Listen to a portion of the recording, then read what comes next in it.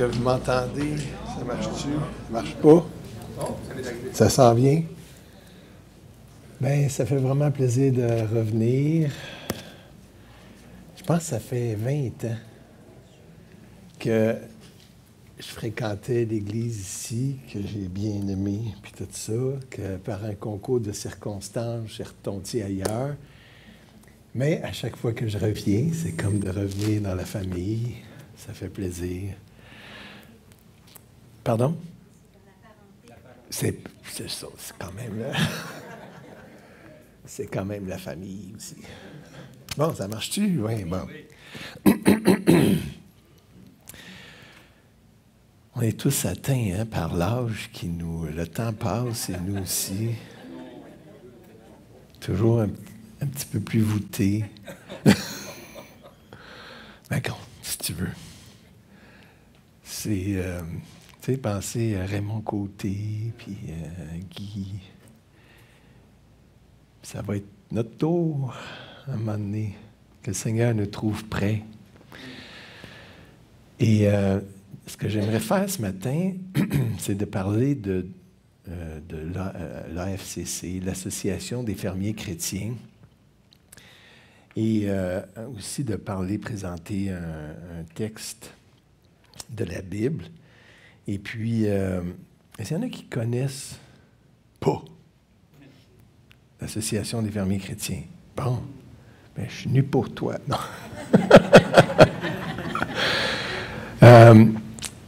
C'est un organisme d'évangélisation qui existe depuis un petit bout de temps. Ça marche, ça, hein?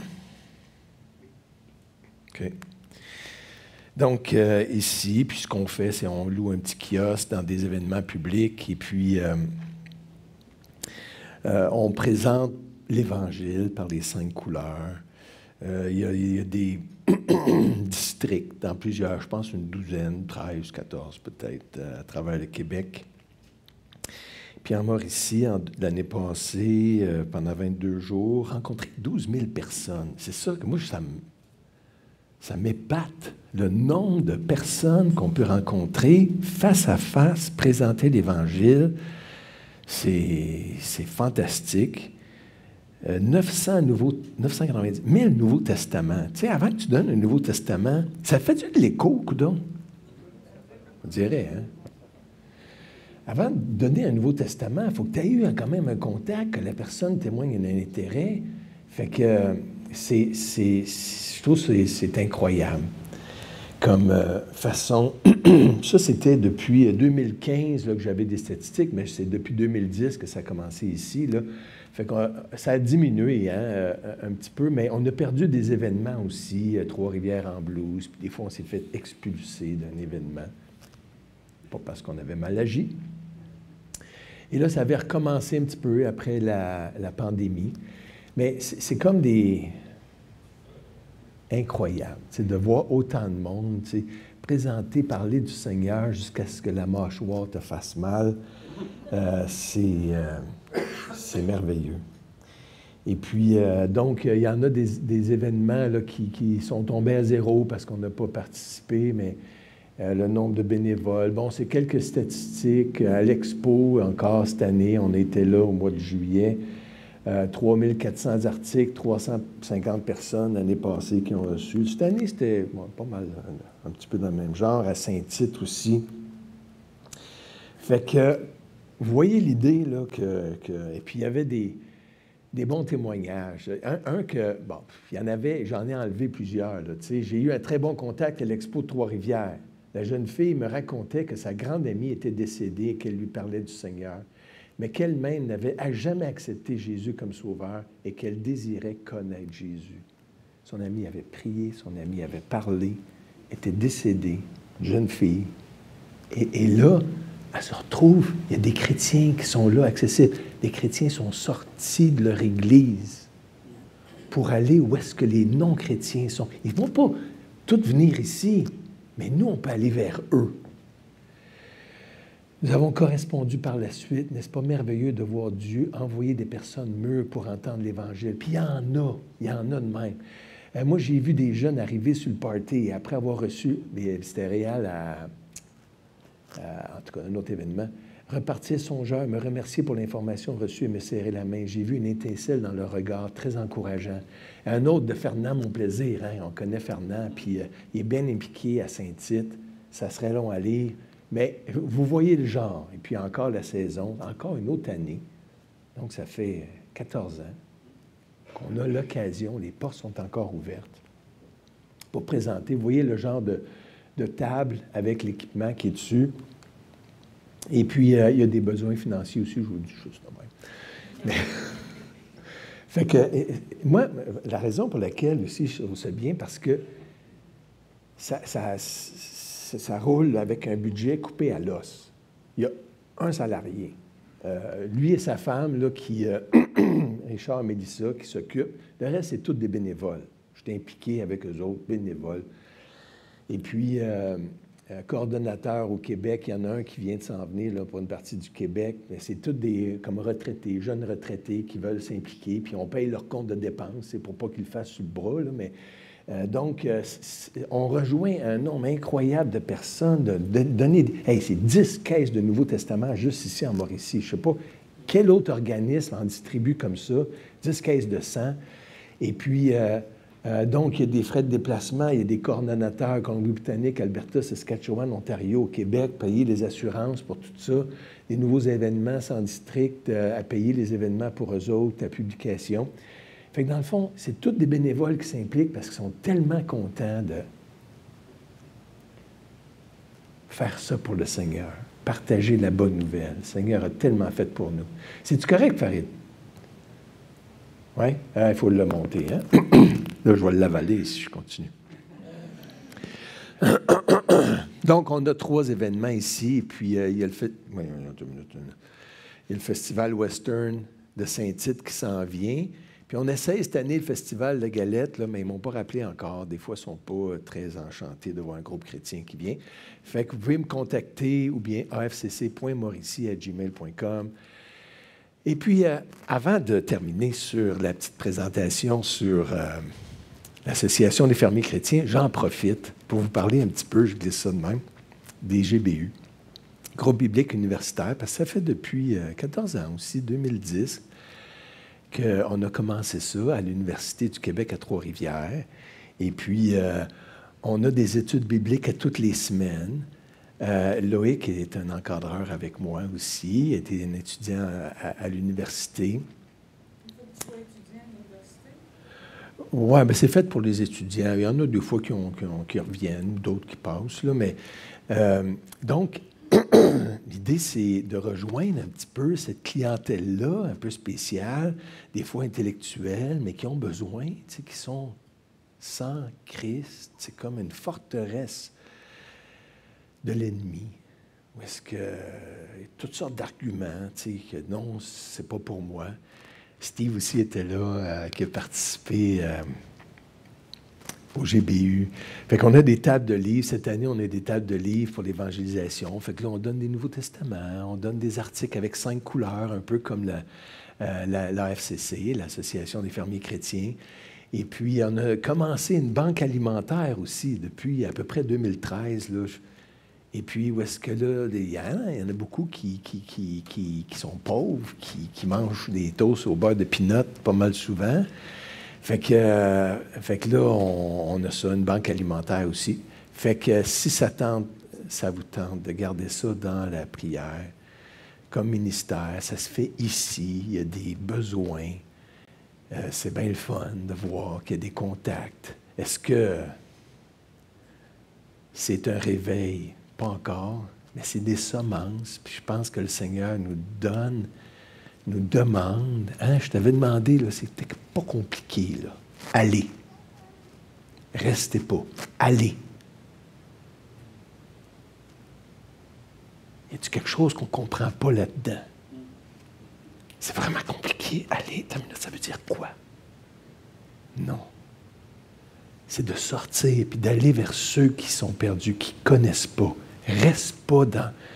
Si on reste... En tout cas, là, je joue au débat.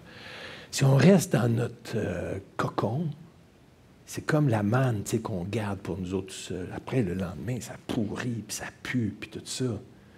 C'est pas sain. ce qui est beau, ce qui est propre, c'est quand un chrétien sort, puis il mange des bosses peut-être, puis il y a des défis, puis tout ça. Il y a le camp, la Villa du Carmel, où est-ce qu'on peut aller. 2 tiers des enfants là-bas ne viennent pas de familles chrétiennes, puis ceux qui viennent de familles chrétiennes ne connaissent pas le Seigneur souvent. Fait qu'on peut aller aider là-bas, puis donc, c'est un peu, je dis ça là, pour se fouetter, là. Et moi, j'ai jusqu'à quelle heure? 11h02, 11h03. OK. Bon, bien, OK, on va commencer. Ce que j'avais à cœur, c'est un message sur les 2 portes et les 2 chemins. Hein, on change de registre un petit peu. Et puis, c'est comme le Seigneur, je pense, dans ce texte-là, c'est la conclusion du sermon sur la montagne. Fait que pendant 3 chapitres, là, il a fait son sermon, puis là, il veut conclure, puis il veut que les gens comprennent que c'est pas juste dans la tête des données intellectuelles, merveilleux ce que te dit Jésus. Non, non, ça nécessite un engagement. Et je ne sais pas si vous connaissez ça, ce poster-là. Là, vous voyez peut-être pas bien, hein? Il y a des spotlights, puis tout ça. Ici, il y a le chemin étroit, puis là, il y a la voie large. Connaissez-vous ça? Ouais, hein? J'ai zoomé un petit peu sur le chemin étroit. Là, vous allez voir ici, là, on voit là, les gens qui arrivent avec un fardeau. Ils sont pas, ça file pas. Non, la vie n'a pas de sens. Il manque quelque chose. Puis je ne suis pas à la hauteur de ce que j'aimerais être. Ça ne marche pas. Puis là, il y a un prédicateur. On voit les 10 commandements ici, que ça, c'est un fan. Je ne suis pas capable. Et puis qui rentrent, c'est pas la joie. Ils ne sont pas heureux. Puis là, tu en vois ici là, le prédicateur qui annonce, et puis la femme avec son enfant. C'est ouvert même aux petits-enfants, aux enfants qui peuvent recevoir ce cadeau-là. Et là, quand ils rentrent par la porte étroite, un, par un tourniquet, tu ne peux pas rentrer avec ta gang, tu prends une décision tout seul. Moi, ça ne marche plus, j'ai besoin d'aide. Seigneur, viens m'aider, viens me purifier, change-moi, et je te cède ma vie. Et là, il rentre et il y a une fontaine qui coule à la croix, qui nous purifie de toutes nos fautes. On ne le ressent pas, hein, nous autres, mais aux yeux de Dieu, c'est vraiment vrai. Lui, il sait la valeur du sang versé pour nous. Puis pour lui, ça répond, c'est payé et plus que payé. Alors pour lui, là, c'est fait, on est adopté, purifié. Là, il y a un chemin étroit, des marches, ça monte. Là encore, là, la madame avec son enfant, il y a le ravin ici. Puis là, ça continue, puis ça explique un petit peu là, la parabole, où est-ce que c'est dit, étroit le chemin, étroit la porte, resserrée le chemin. C'est pas facile, c'est resserré aussi au sens métaphorique, difficile. Et puis là, le chemin est large, tu sais, là, tu peux rentrer avec tes amis, puis ça va bien, welcome, puis... et puis les gens ne sont pas transformés, tu vois, la cruauté, il bat son âne, le vol qui est là, mais il y a des problèmes parce que même si c'est facile, il reste l'entrée tout le monde, les gens ne sont pas régénérés, puis il y a quand même des malheurs là aussi, puis ça mène à la perdition. Donc, on va parler rapidement un petit peu de tout ça. Et on va lire le texte, mais on va prier avant. Seigneur, on a besoin de ton aide chacun, tu sais, en vieillissant, nos cœurs s'endurcissent, nos cœurs se détournent, et on voit que nos cœurs n'ont pas changé. Le cœur de l'homme est tortueux, méchant, c'est comme un égout à ciel ouvert. On en prend conscience. Seigneur, on a besoin de ton aide. Et maintenant, on a besoin de ton aide pour comprendre ce texte qui nous dépasse et qu'on puisse recevoir les avertissements, les mises en garde que tu nous donnes. Seigneur, fais-nous grâce ce matin. Et écarte les personnes. Et puis toi-même, parle-nous par le Saint-Esprit. Touche nos cœurs, qu'on ne sorte pas comme on est rentré. À cause de Jésus, à cause du Saint-Esprit. Et en son nom qu'on te prie. Amen. Donc, lisons. Entrez par la porte étroite, car large est la porte. Spacieux est le chemin qui mène à la perdition. Il y en a beaucoup qui entrent par là. Mais étroite est la porte. Resserrez le chemin qui mène à la vie. Et il y en a peu qui les trouvent. Gardez-vous des faux prophètes. Ils viennent à vous en vêtements de brebis, mais au-dedans, ce sont des loups ravisseurs. Vous les reconnaîtrez à leurs fruits. Cueille-t-on des raisins sur des épines ou des figues sur des chardons? Tout bon arbre porte de bons fruits, mais le mauvais arbre porte de mauvais fruits. Un bon arbre ne peut porter de mauvais fruits, ou un mauvais arbre porter de bons fruits. Tout arbre qui ne porte pas de bons fruits est coupé et jeté au feu. C'est donc à leurs fruits que vous les reconnaîtrez. Ceux qui me disent « Seigneur, Seigneur », n'entreront pas tous dans le royaume des cieux, mais seulement celui qui fait la volonté de mon Père qui est dans les cieux. Plusieurs me diront en ce jour-là, « Seigneur, Seigneur, n'avons-nous pas prophétisé par ton nom? N'avons-nous pas chassé des démons par ton nom? N'avons-nous pas fait beaucoup de miracles par ton nom? » Alors, je leur dirai ouvertement, « Je ne vous ai jamais connus. Retirez-vous de moi, vous qui commettez l'iniquité. »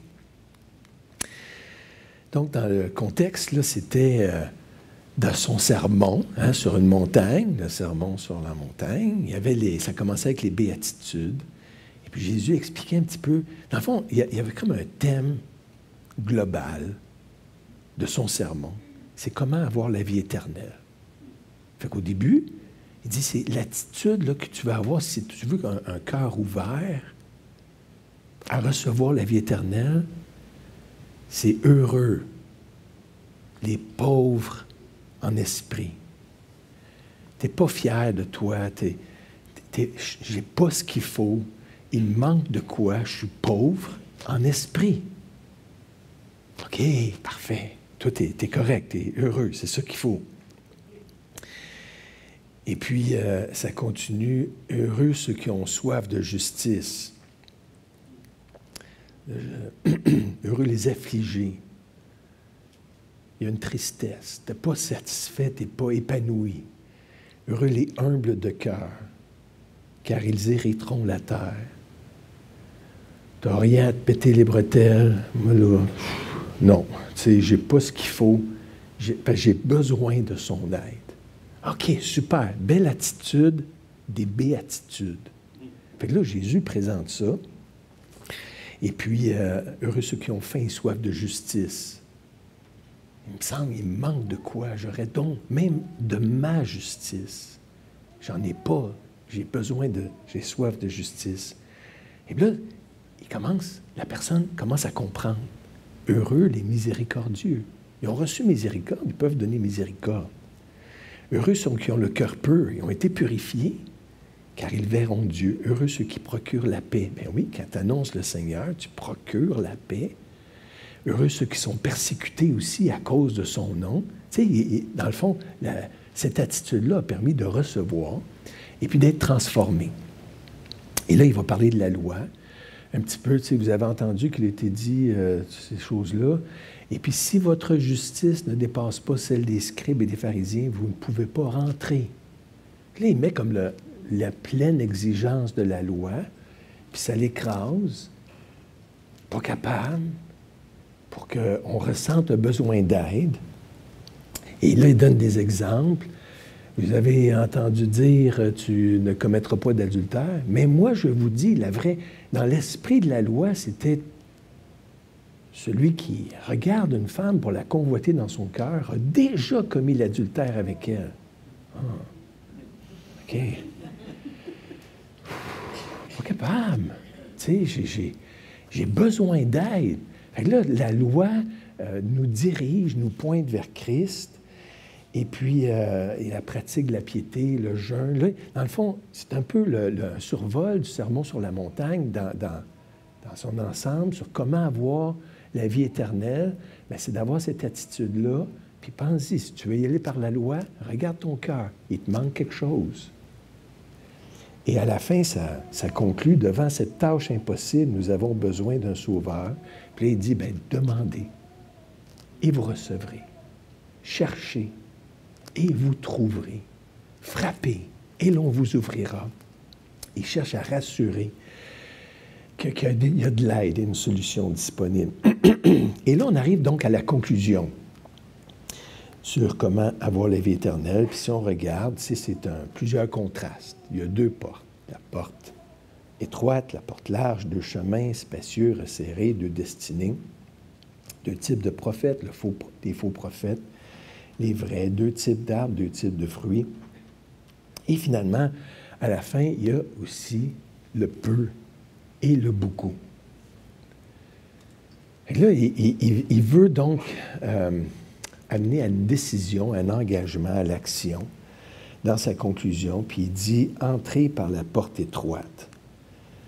Et là, une porte étroite, ben, tu rentres pas facilement. Et puis, ça parle d'un... comme la conversion. Fait qu'au moment de la conversion, que c'est pas donné, c'est pas facile, c'était une porte étroite. Puis tu rentres pas avec tout ton stock, tu rentres pas avec ta propre justice.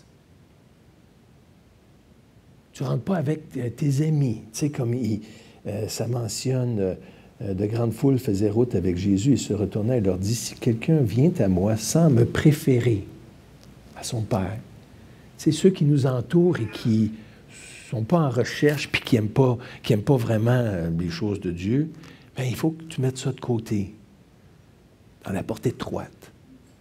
Que ce soit père, mère, femme, enfant, frère, sœur et même sa propre vie, mes propres ambitions personnelles. Moi, je voulais faire ça. Je voulais contrôler ma vie. Comme moi, la première fois qu'on m'a parlé du Seigneur, j'ai dit non. Non, je ne voulais pas donner ma vie à n'importe qui, même pas à Dieu. Je voulais faire même... J'avais bien trop peur de ça. Qu'est-ce qu'il va me demander? Rentrer dans un couvent ou quoi? Puis devenir un moine? Fait que... non. Mais c'est ça, il fallait renoncer à sa propre vie, ne peut être mon disciple. Et quiconque ne porte pas sa croix, ne me suit pas, ne peut être mon disciple. Il y a une chose qui rentre, c'est la croix, dans la porte étroite. Donc, et la porte large, ben c'est beau, là, tout passe. Tout rentre avec tes chums, tes amis. Tu n'as pas besoin de repentance. On ne s'inquiète pas des péchés. Non. La doctrine, on accepte tout. Juste pour... ça, c'est l'Église de Scientologie. Et puis, on voit ici, il y a des bénévoles, tout ça. Puis, tu sais, ils ont des... Ça, c'est en Irlande même, mais il y en avait un à l'Expo, justement, comme ça, un beau petit truck jaune. Tu ne peux pas le manquer. Something can be done about it. On a des solutions. Nous autres, on peut tout arranger. Puis, à l'Expo, de billets, avec notre petit kiosque, là, 10 par 10, la tente bien simple, il y avait cette méga grosse tente-là, là, tu sais... qui était là, puis avec des tables de massage où imposer les mains pour régler tous les problèmes. Et puis, donc, l'Église de Scientologie. Puis là, j'avais été voir un petit peu ça. Tu sais, moi, je suis votre petit voisin à côté. Et puis, la madame a dit, « Ouais, OK, c'est intéressant. Ouais, j'ai vu ça. » Puis, nous autres, là, elle dit, « On accepte tout le monde dans notre Église. Vous pouvez venir, vous, là, les chrétiens comme vous autres, là, vous pouvez venir. On accepte les musulmans, on accepte. Il n'y a pas de problème. La porte est large. Une Église qui accepte toutes les Églises. C'est pas beau, ça? Hein? Mais c'était... ça... Elle faisait la promotion un petit peu de ses affaires. Et puis... si on continue là, dans le texte, là, on voit qu'il y a un beaucoup qui passe par la porte large, puis il y a un peu. C'est pas mon idée. C'est Jésus qui dit ça. C'est pas mon opinion. C'est lui qui dit ça. Puis c'est sûr que ça heurte un petit peu. Ben là, tu sais, on pourrait l'ouvrir un petit peu, puis tu sais, moitié-moitié, c'est un bon dire, tu sais. Pas peu, tu sais, il me semble, c'est pas... non, ça pourrait être... non, il dit, non, c'est pas comme ça, c'est la porte, elle est étroite. Et puis, ça, c'était les funérailles en 2010 d'un mafioso, OK, Niccolo Rizzuto, à Montréal. On connaît la famille, un peu de nom, c'est Vito, c'est le père, toute la kit, ça vous rappelle de quoi? Et puis, tu vois, mais quand le mafioso décède, on veut élargir la porte un peu, tu sais, puis faire un service, c'est un beau service funéraire religieux. Je ne sais pas si vous connaissez l'histoire. Il y avait un mafioso qui avait été assassiné. Tu sais, c'est un des risques du métier. C'est un métier payant, mais... Et puis son frère était venu voir l'homme de foi. Et puis, tu sais, j'aimerais ça, là, au funérailles, que tu dises que mon frère, c'était un saint et qu'il mérite d'aller au ciel. Donc là, le responsable de l'Église dit, « Ben là, tout le monde connaît ton frère. C'est un mafioso. » Non, écoute, là, je te dis, tu comprends pas. Non, je vais faire un don à l'Église de 200 000 $. Et si tu comprends pas, j'aurais peut-être d'autres moyens. OK. Là, il était un peu coincé. Fait que les funérailles arrivent et dit, on connaît notre ami ici. C'était un mafioso de la pire espèce. Le crime organisé, la drogue, la prostitution, proxénète, puis tout le kit, le meurtre, le vol. Ça a corrompu notre jeunesse. Mais, à comparer à son frère, c'est un saint. Et il mériterait d'aller au ciel. Fait qu'on aurait tous cette tendance à vouloir, peut-être naturellement, instinctivement, élargir la porte un petit peu, même pour ben oui, éventuellement, ils pourront y aller, tu sais. Et puis tout, on est correct, c'est des gens sincères. Ça, c'est une rencontre interreligieuse. Et puis, les catholiques ne sont pas, je pense, universalistes, mais là, c'est pour le dialogue, mais les luthériens, puis certains protestants libéraux, là, c'est, hey, la porte est là. Tout le monde rentre. Ben oui, nous autres, on s'aime, on est tolérants, comme Jésus nous a enseigné. Ça met. Alors, tout le monde peut rentrer. Jésus dit, non, pas ça que j'ai enseigné. Et puis, c'est ça, cette inclusivité, c'est tellement beau. Et même le Vatican, en 2023, je pense l'année passée, a accepté la bénédiction des couples de même sexe. C'est un gros changement, ça. Ben oui, ces gens-là, ils ont besoin de venir à l'Église. Ils ont une âme aussi. Ils ont besoin qu'on... Tu sais, les services, puis tout ça. Tu vois, le raisonnement. Si on se base sur notre raison, ben moi, je ne suis pas insensible à ça. Tu sais, mais c'est vrai, c'est du monde pareil. Puis pourquoi qu'ils ne viendraient pas? Puis pourquoi que... Non, Jésus dit, fie-toi pas sur ta raison. Fie-toi sur la révélation. Et moi, ce que je dis, c'est pas ça. Et ce qu'il nous dit, je ne veux pas tomber en face des homosexuels. Tu sais, j'ai mes défis dans ma sexualité tout autant à gérer ça. Tu sais, on est tous tentés à gauche, à droite, la pornographie, ces affaires-là. Fait que je n'ai pas de roche à lancer à personne. Mais il veut dire, il faut quand même qu'on regarde les textes. Hein? Ça dit... Ne savez-vous pas que les injustes n'hériteront point? Elle est étroite, que ça fasse plaisir ou non. Elle est étroite, la porte. Ne vous y trompez pas parce que vous avez vraiment tendance naturellement à vous tromper.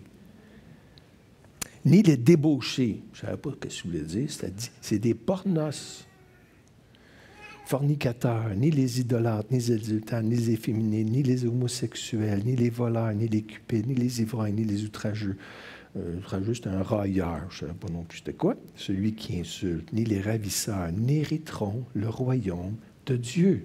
Écoute, c'est moi le juge qui dit. Laisse faire ton opinion, ton intuition, ta préférence, ta raison. C'est moi le juge. Regarde ma révélation. Et c'est là ce que vous étiez. Il dit, il ne faut pas que ça reste pareil. Si tu rencontres le Seigneur, ça doit te transformer. Si ça n'a pas changé, pose-toi des questions. Ça doit te transformer. On n'est pas... encore ce qu'on aimerait être, mais on n'est plus ce qu'on était non plus. Il y a des choses qui ont changé. C'est lorsque vous étiez quelques-uns d'entre vous, mais vous avez été lavés, vous avez été sanctifiés, vous avez été justifiés au nom du Seigneur Jésus-Christ et par l'Esprit de notre Dieu. L'Esprit vient et change. On ne peut pas nous laisser indifférents. Une telle rencontre avec un tel Dieu nous transforme. C'est sûr, c'est ça. Tu sais, le chemin est étroit. Tu sais, coudonc, Seigneur, tu sais, fais un effort, tu sais, faites quoi? Va les chercher. Tu sais, non, il y en a peu.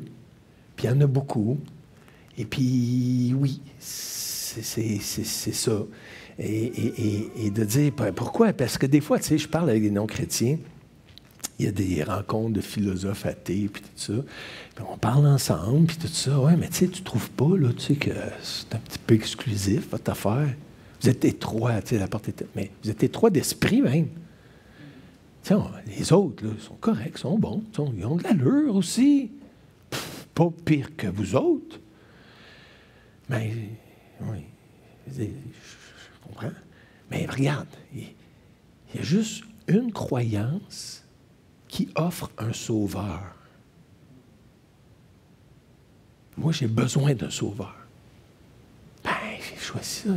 Il y a un caractère distinctif, exclusif au christianisme. On offre un sauveur. Les autres, tu sais, comme dans l'islam, quand je partage ça avec des amis musulmans, tu sais, où est-ce que c'est clair? Nul ne va porter les péchés d'un autre. Ben là, comment est-ce que tu vas faire? Moi, je ne suis pas capable. J'ai besoin d'un sauveur, j'en ai trouvé un. C'est comme quand tu as besoin, si l'avion va s'écraser, tu as besoin de parachute. Pas de parachute.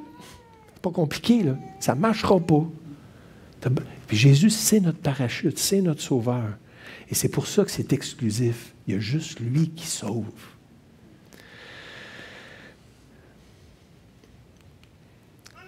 Donc, il dit d'entrer.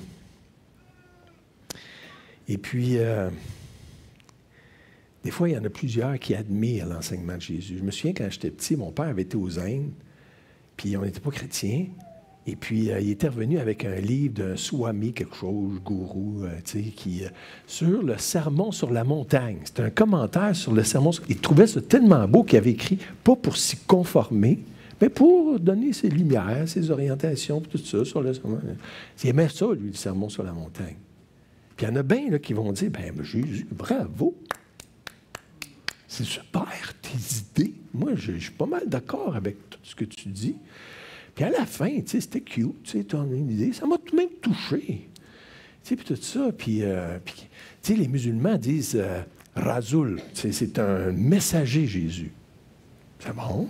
Tu sais, nous autres, on accepte votre prophète. Pourquoi vous n'acceptez pas le nôtre, Mohammed? On dit même que c'est Isa al-Masih, le Messie. Hein? On n'est pas pire. Mais ils n'acceptent pas de se conformer, de se plier à lui, de céder leur vie comme le seul espoir pour le rachat de leur faute. Mais ils l'admirent. Jésus dit, non, t'as une minute. Trompez-vous pas. Je ne vous demande pas de m'admirer ou d'admirer la porte. Je vous dis, entrez par la porte.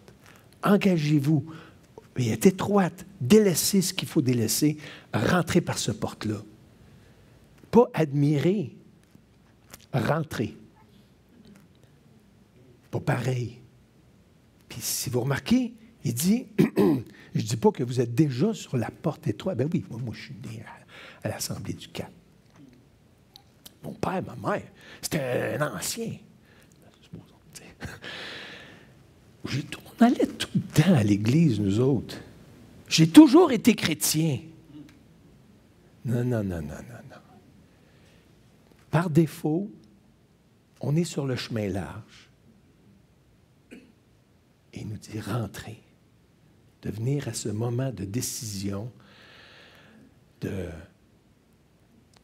tout céder pour saisir notre seul espoir. Puis il dit, c'est resserré. Quelques-uns lui disent, Seigneur, n'y a-t-il que peu de gens qui soient sauvés? Et Jésus répondit, Efforcez-vous. Efforcez-vous, c'est agonizomai. Ça vient du mot agonie. Faites tous tes efforts pour rentrer. Puis il y a une lutte intérieure. Tu sais, je me souviens, dans ma vie, ça a pris plus qu'1 an de lutte intérieure, puis à décider. Je ne comprenais pas tout. Puis une fois que j'ai compris, je ne voulais pas. J'avais peur. Et là, il fallait que je prie, éclaire-moi, tu sais, faites quoi? Puis là, j'allais, puis je posais des questions, puis tout ça. Puis là, finalement, il y a eu une décision, un moment de décision, puis de marcher après ça sur le chemin. Efforcez-vous d'entrer par la porte étroite, car je vous le dis, beaucoup chercheront à rentrer. Mais là, Jésus, laisse-le rentrer, il cherche à rentrer. Tiens, t'exagères. Laisse-les donc. Beaucoup chercheront à rentrer et ne le pourront pas. C'est quand même étrange, hein? Et puis, c'est un peu comme à Noé, tu sais, au temps de Noé. Et Dieu ferma la porte. La grâce de Dieu, elle est illimitée pour couvrir tous les péchés. Illimitée dans sa puissance. Mais elle est limitée dans le temps. Il va y avoir un temps où c'est fini. C'est Jérusalem, Jérusalem, si tu avais connu les jours qui appartiennent à ta paix. Mais maintenant, ils te sont cachés. C'est fini. Puis que tu va être détruite. Des fois, la grâce, ça a une fin.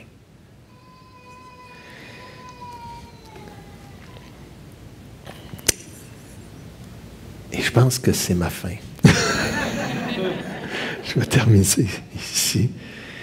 Ça parle après qu'il y a des faux prophètes. Parce qu'il y en a bien qui font la publicité, justement, de cette voie large. Ben oui, jamais ils vont dire que c'est une voie qui mène à la perdition. Non, non, c'est une belle voie. Comme quand j'allais voir nos amis, là, les scientologues, là, tu sais, non, c'est bon notre affaire, puis tout ça. Puis là, j'avais été, j'ai dit à Suzanne, que ça s'appelait, je dis, écoute-moi, explique-moi ton affaire, parce que moi, j'ai juste entendu du mal de vous. Ah, non, parce que ça, c'est les médias, il ne faut pas croire, puis tout ça, ils ne nous aiment pas. Puis là, elle m'explique, Ron Hubbard, tu sais, c'était un ingénieur qui a fait le tour du monde, ses parents étaient dans l'armée, puis tout ça, puis il a connu tellement, puis il a appris à penser, à voir comment les gens pensaient, puis avec l'électromètre, tu sais, puis il y a toutes ces affaires-là. Là, j'écoute. Puis, à la fin, je m'en retourne chez nous parce que c'était 10 jours de temps avec l'expo. Puis là, je m'en vais sur Internet, on va checker ça. Puis là, non, il n'a jamais été ingénieur, ce gars-là. Il a commencé des études en ingénierie. Il a fait 2 ans, puis il a lâché l'école. C'est pas vrai. Et puis, ce gars-là avait été condamné parce qu'il avait volé la fondation Wichita. Ensuite, l'Église de Scientologie, on l'avait retiré leur exemption d'impôt parce qu'il y avait un usage abusif, déraisonnable, des salaires incroyables, tout ça. Je dis, regarde, tu sais, c'est comme un faux prophète. Regarde là ses fruits. Ah oui, mais moi je l'aime, ça me fait du bien. Non, tu regardes là ses dons. Jésus dit, regarde à ses fruits. Ça ne marche pas, cette affaire-là. Et donc, de faire attention, parce qu'il y a plein de faux prophètes qui nous... Parce qu'on va prendre une petite gorgée. C'était-tu pour moi? qui nous pointent vers ce chemin large, et puis qu'on a à s'examiner, de marcher sur le chemin étroit. Pas juste marcher, mais courir. Pas s'asseoir sur le bord du chemin, mais courir. Il ne nous reste pas grand temps. C'est le temps de s'y mettre. Et on va terminer en priant.